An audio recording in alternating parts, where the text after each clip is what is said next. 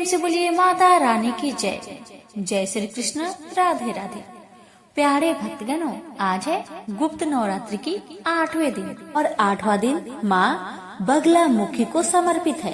कंगाला जिले से लगभग 30 किमी दूर बगलामुखी मंदिर, ज्वाला जी और चितपूर्णी देवी मंदिर दोनों के पास एक सिद्ध पीठ है। यह बगलामुखी मंदिर के नाम से प्रसिद्ध है, जो 10 महाविद्याओं में से एक है और यह देवी सभी बुराइयों का नाश करने वाली मानी जाती है। पीला रंग बगलामुखी देवी का सबसे प्रिय रंग है, इसलिए इनके मंदिर को भी पीले रंग से रंगा गया है। भक्त यहाँ पीले रंग की पोशाक पहनते हैं और पीले रंग की मिठाइयाँ जैसे बेसन के लड्डू देवी को अर्पित करते हैं। लोग कानूनी मामले से जुड़े संघर्षों में जीत के लिए, अपने दुश्मन को हराने के लिए, व्यापार में समृद्धि होने और अपने प्रेमी का दिल जीतने के लिए देवी के पास पहुंचकर बगलामुखी मंदिर में मन्नत मांगते हैं। रावण ने भी बगलामुखी की आराधना की, शक्ति से तीनों लोकों में विजय प्राप्त की थी और भगवान राम ने लंका पर चढ़ाई की और उन्हें रावण की आराध्य देवी के बारे में पता चला, तो उन्होंने भी रावण से युद्ध से पहले माँ बगलामुखी की स्तुति की थी। राष्ट्रीय रूप में शत्रुओं को नष्ट करने की इच्छा रखने वाली तथा समष्टि रूप में परमात्मा की संहार शक्ति ही बगला है। पीताम्बरा विद्या के नाम से विख्यात बगलामुखी की साधना प्राय शत्रु भय से मुक्ति और वाक सिद्धि के लिए की जाती है। इनकी उपासना में हरि द्वारा माला, पीत पुष्प एवं पीत व वस्त्र का विधान है। महाविद्याओं में इनका 8वां स्थान है। इनके ध्यान में बताया गया है कि ये सुधा के समुद्र के मध्य में स्थित मणिमय मंडप में रत्नमय सिंहासन पर विराज रही है। ये पीत वर्ण के वस्त्र, पीत आभूषण तथा पीले पुष्पों की ही माला धारण करती है। इनके एक हाथ में शत्रु की जिह्वा और दूसरे हाथ में मुद्दर है। तंत्र के अनुसार भगवती बगलामुखी के प्रादुर्भाव की कथा इस प्रकार है। सतयुग में संपूर्ण जगत को नष्ट करने वाला भयंकर तूफान आया। प्राणियों के जीवन पर आए संकटों को देखकर भगवान महाविष्णु चिंतित हो गए।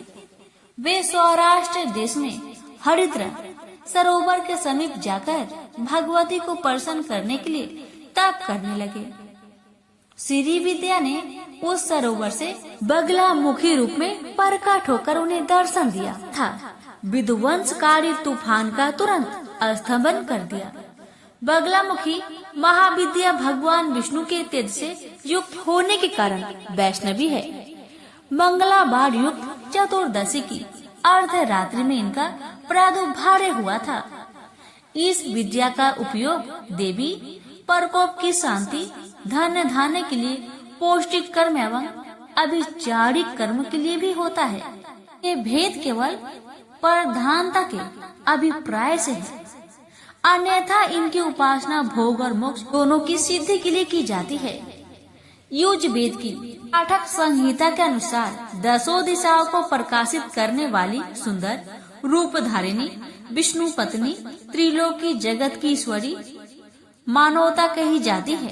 अष्टम कारिणी शक्ति व्यक्त और अव्यक्त सभी पदार्थों की स्थिरता का आधार पृथ्वी रूपा शक्ति है। अगला उसी स्तंभन शक्ति की आदि शास्त्री देवी है।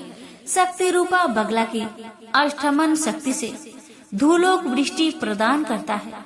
उसी से आदित्य मंडल ठहरा हुआ है और उसी से स्वर्ग लोक भी स्तंभित है। भगवान श्री कृष्ण भी गीता में उसी शक्ति का समर्थन किया गया है। तंत्र में वही अष्टमन शक्ति बगलामुखी के नाम से जानी जाती है। बगलामुखी को ब्रह्म शस्त्र के नाम से भी जाना जाता है। ऐहिक या परलौकिक देश अथवा समाज में दुखद अरिष्टोप के दमन और शत्रुओं के समन में बगलामुखी के समान कोई मंत्र नहीं है। चिरकाल से साधक इन्हीं महादेवी का आश्रय लेते आ रहे हैं। इनके बडुआ मुखी, जात वेद मुखी, उल्का मुखी, ज्वालामुखी तथा बृहदभानुमुखी 5 मंत्र भेद है। कुंडिक कांत्र में बगलामुखी के विधान पर विशेष प्रकाश डाला गया है। मुंडमाला तंत्र में तो यहाँ तक कहा गया है कि इनकी सिद्धि के लिए नक्षत्र आदि विचार और काल शोधन की भी आवश्यकता नहीं है। बगला महाविद्या उधरवा माड़े के अनुसार ही उपास्य है। इस आम्रयास में शक्ति केवल पूज्य मानी जाती है, भोग्य नहीं। श्री कुल की सभी महाविद्याओं की उपासना गुरु के सानिध्य में रहकर सतर्कता पूर्वक सफलता प्राप्ति होने तक करते रहना चाहिए। इससे ब्रह्मचार्य का पालन और बाहर भीतर की पवित्रता अनिवार्य है। सर्वप्रथम ब्रह्मा जी ने बगला महाविद्या की उपासना की थी। ब्रह्मा जी ने इस विद्या का उपदेश सनकादिक मुनियों को किया। सनत कुमार ने देवऋषि नारद को और नारद ने संख्या नामक परमहंस को इसका उपदेश किया। संख्या ने 36 पटलों में उपनिषद बगला तंत्र की रचना की। बगलामुखी के दूसरे उपासक भगवान विष्णु और तीसरे उपासक परशुराम हुए तथा परशुराम ने यह विद्या आचार्य द्रोण को बताई। प्रेम से बोलिए माँ बगलामुखी की जय। हे माता, अपने सभी भक्तों की सभी मनोकामना को पूर्ण करना। अगर हमसे कथा कहने में कोई गलती हुई हो उसे क्षमा करना। प्रेम से बोलिए माँ बगलामुखी की जय। श्री दुर्गा सप्तशती पाठ 10वां अध्याय तुम्भ वध की कथा। ऋषि कहते हैं, हे राजा, अपने प्राणों के समान प्यारे भाई निशुंभ को मारा गया देख तथा सारी सेना का संहार होता जान शुंभ ने कोपित होकर कहा, दुष्ट दुर्गे, तू बल के अभिमान में आकर झूठ मूठ का घमंड न दिखा। तू बड़ी मानिनी बनी हुई है, किंतु दूसरी स्त्री के बल का सहारा लेकर लड़ती है। देवी बोली, ओ दुष्ट, मैं अकेली ही हूँ। इस संसार में मेरे सिवा दूसरी कौन है? देख, ये मेरी ही विभूतियाँ हैं, अतः मुझ में ही प्रवेश कर रही हैं। तदंतर ब्राह्मणी आदि समस्त देवियाँ अंबिका देवी के शरीर में लीन हो गई। देवी बोली, मैं अपनी ऐश्वर्य शक्ति से अनेक रूपों में यहाँ उपस्थित हुई थी। उन सब रूपों को मैंने समेट लिया। अब अकेली ही युद्ध में खड़ी हूँ, तू भी स्थिर हो जाओ। ऋषि कहते हैं, तदंतर देवी और शुंभ दोनों में सब देवताओं तथा दानवों के देखते देखते भयंकर युद्ध छिड़ गया। बाणों की वर्षा तथा तीखे शस्त्रों एवं दारुण अस्त्रों के प्रहार के कारण उन दोनों का युद्ध सब लोगों के लिए बड़ा भयानक प्रतीत हुआ। उस समय अंबिका देवी ने जो सैकड़ों दिव्य अस्त्र छोड़े, उसे दैत्यराज शुंभ ने उनके निवारक अस्त्र द्वारा काट डाला। इसी प्रकार शुंभ ने भी जो दिव्य अस्त्र चलाए, उन्हें परमेश्वरी ने भयंकर हुक्कार शब्द के उच्चारण आदि द्वारा खेल खेल में ही नष्ट कर डाला। तब उस असुरों ने सैकड़ों बाणों से देवी को आच्छादित कर दिया।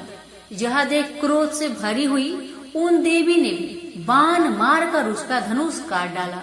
धनुष कट जाने पर फिर दैत्यराज ने शक्ति हाथ में ली, किंतु देवी ने चक्र से उसके हाथ की शक्ति को भी काट गिराया।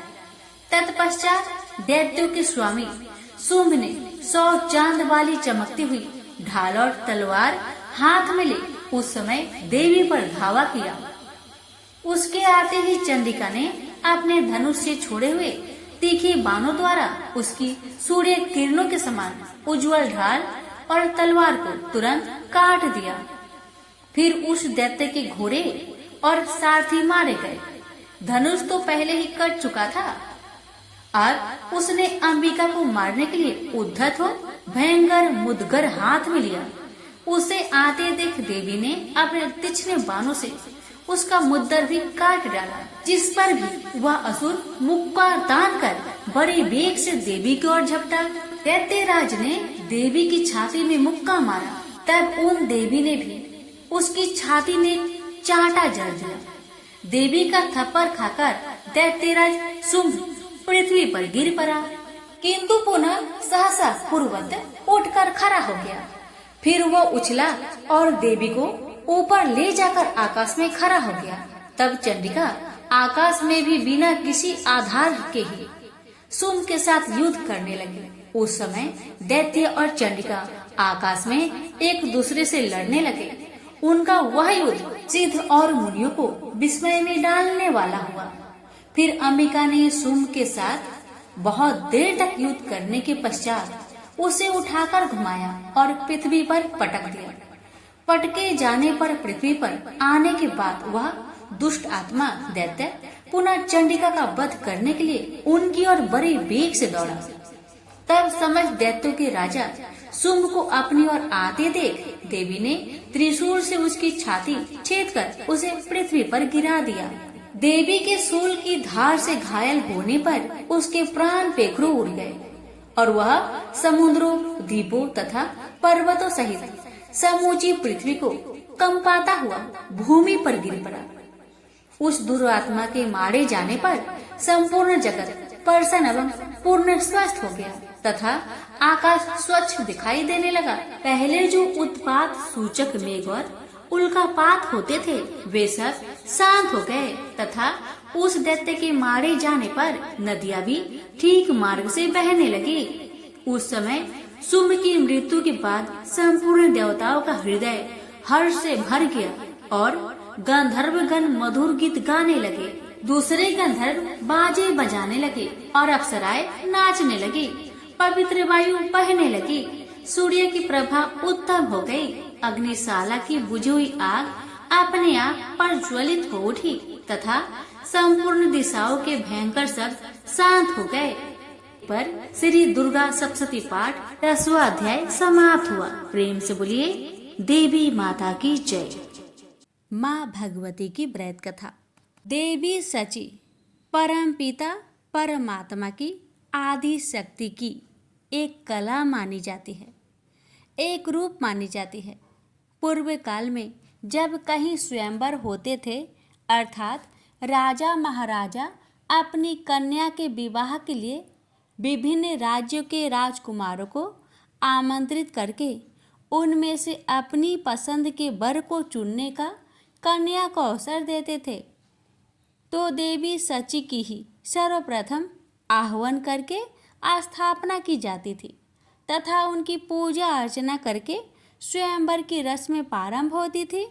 ऐसा माना जाता था कि देवी सची की आराधना करने से स्वयंवर में किसी प्रकार विघ्न नहीं पड़ता। इस प्रकार सची स्वर्ग के भोगों के बीच जल में कमल के समान निर्लिप्त रह रही थी कि अचानक स्वर्ग को भी दुखों ने आ घेरा। देवराज से एक भयानक भूल हो गई। यद्यपि उनका कार्य ही पृथ्वी पर सुख और शांति रखने के लिए असुरों और दानवों का नाश करना था, लेकिन उन्होंने एक बार बिना विचार किए भगवान के भक्त पितासुर का वध कर डाला। चारों ओर उनकी बुराई होने लगी। जिसने भी सुना इंद्र की निंदा की। चारों ओर से इंद्र पर जब घृणा और निंदा की बौछार पड़ने लगी तो वह देवलोक छोड़कर भाग गए और मान सरोवर में जाकर एक कमल नाल में छिपकर बैठ गए। देवताओं ने इंद्र को बहुत खोजा, लेकिन जब इंद्र कहीं नहीं मिले तो उन्होंने ऋषि मुनियों से सलाह करके नहुस को इंद्र आसन पर बैठा दिया। इंद्र का पद पाकर नहुस में अहंकार जाग उठा। उसने एक दिन राजसभा में कहा, गुरुदेव, आज मैं इंद्र के सिंहासन पर बैठा हूँ। सारे देवलोक पर मेरा अधिकार है। एरावत हाथी, उच्च श्रवा घोड़ा, कामधेनु गाय और परिजात मेरे अधिकार में है। इस पर इंद्र के वे सभी चीजें मेरे अधिकार में हैं जो अभी तक इंद्र के अधिकार में थी। फिर इंद्र की पत्नी सची अभी तक मेरे भवन में क्यों नहीं आई? इंद्र होने के नाते वह मेरी पत्नी है। उससे कहिए कि वह आज रात मेरे रंग भवन में आ जाए और फिर वहीं रहे। नहुस का संदेश लेकर गुरु बृहस्पति जब इंद्र की पत्नी सची के पास पहुँचे तो सची परेशान हो उठी। वह बोली, गुरुदेव, मैं पतिव्रता स्त्री हूँ। अपने पति के अतिरिक्त मैंने आज तक किसी परम पुरुष की ओर आंख उठाकर भी नहीं देखा। मैं नहुस की इस आज्ञा का पालन कैसे कर सकती हूँ? बृहस्पति बोले, इंद्राणी, इस संकट से यदि तुम्हें कोई उबार सकता है तो वह केवल माँ भगवती दुर्गा ही है। तुम उन्हीं की आराधना करो, वही तुम्हारी सहायता करेगी।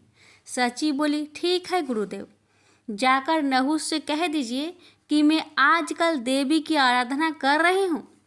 जब मेरी आराधना समाप्त हो जाएगी मैं स्वयं नहुस को अपने भवन में बुला लूंगी।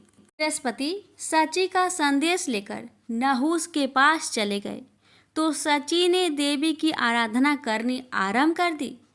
उनकी आराधना से प्रसन्न होकर देवी ने प्रकट होकर कहा, मैं तुम्हारी हालत को अच्छी तरह जानती हूँ सची, बोलो मैं तुम्हारी क्या सहायता करूँ?